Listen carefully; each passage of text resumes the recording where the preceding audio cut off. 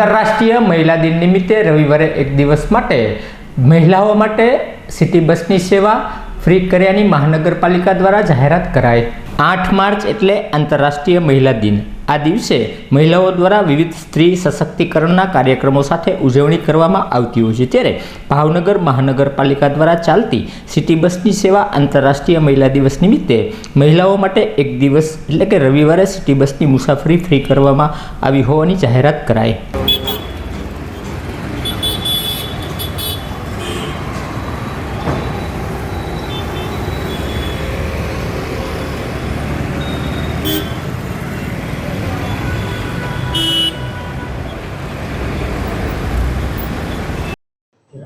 ભાવનગર મહાનગરપાલિકા દ્વારા છેવાડાના વિસ્તારોને પરિવહન માટે થઈને, રોજબરોજના કામો માટે થઈને, પોતાના નોકરી ધંધાના કામો માટે થઈને,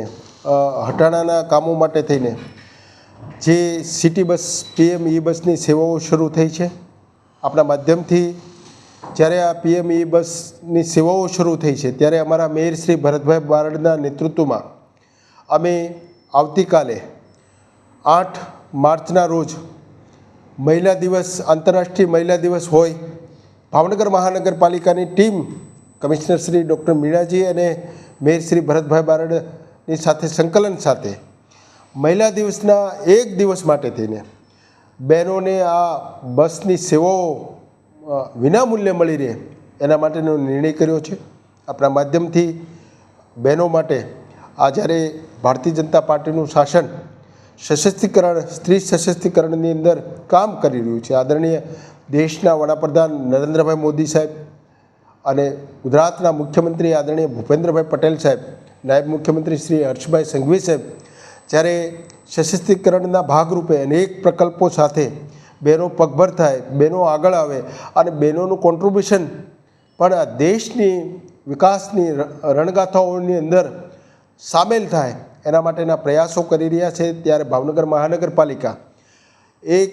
દિવસ માટે થઈને મહિલા દિવસના દિને એક દિવસ સિટી બસ સેવા વિનામૂલ્યે જાહેર કરે છે। આનો લાભ લેવા માટે થઈને હું સ્ટેન્ડિંગ કમિટીના ચેરમેન તરીકે